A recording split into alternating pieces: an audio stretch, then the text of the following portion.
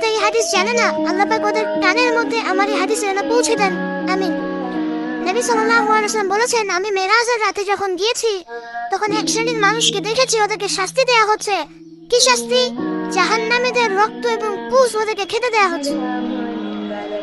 জিবরাইল আলাইহিস সালামকে জিজ্ঞাসা করা হলো যে এরা কারা? তিনি বললেন, এরা আপনার উম্মতের সেই সব ব্যক্তি যারা মাদক দ্রব্য সেবন করত।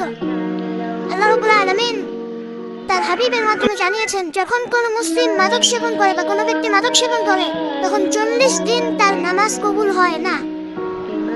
এরপর যদি সে তওবা করে তাহলে আল্লাহ পাক তার তওবা কবুল করবেন ইনশাআল্লাহ। যদি সে আবারও মাদক খায় তওবা করার পর আবার 40 দিন তার নামাজ কবুল হবে না। যদি সে আবার তওবা করে আল্লাহ পাক আবার তাকে মাফ করে দিবেন। যদি সে আবারও মাদক খায় আবার 40 দিন তার নামাজ কবুল হবে না। তারপর যদি আবার তওবা করে আবার আল্লাহ তাকে মাফ করে দিবেন। এরপরেও যদি সে আবার মাদক দ্রব্য সেবন করে, নবী সাল্লাল্লাহু আলাইহি ওয়াসাল্লাম বলেছেন তাকে আল্লাহ রাব্বুল আলামিন পরকালে মৃত্যুর পরে তিনাতুল হাবাল পান করাবেন। তিনাতুল হাবাল। জিজ্ঞাসা করা হলো, ইয়া রাসূলুল্লাহ, তিনাতুল হাবাল কি জিনিস?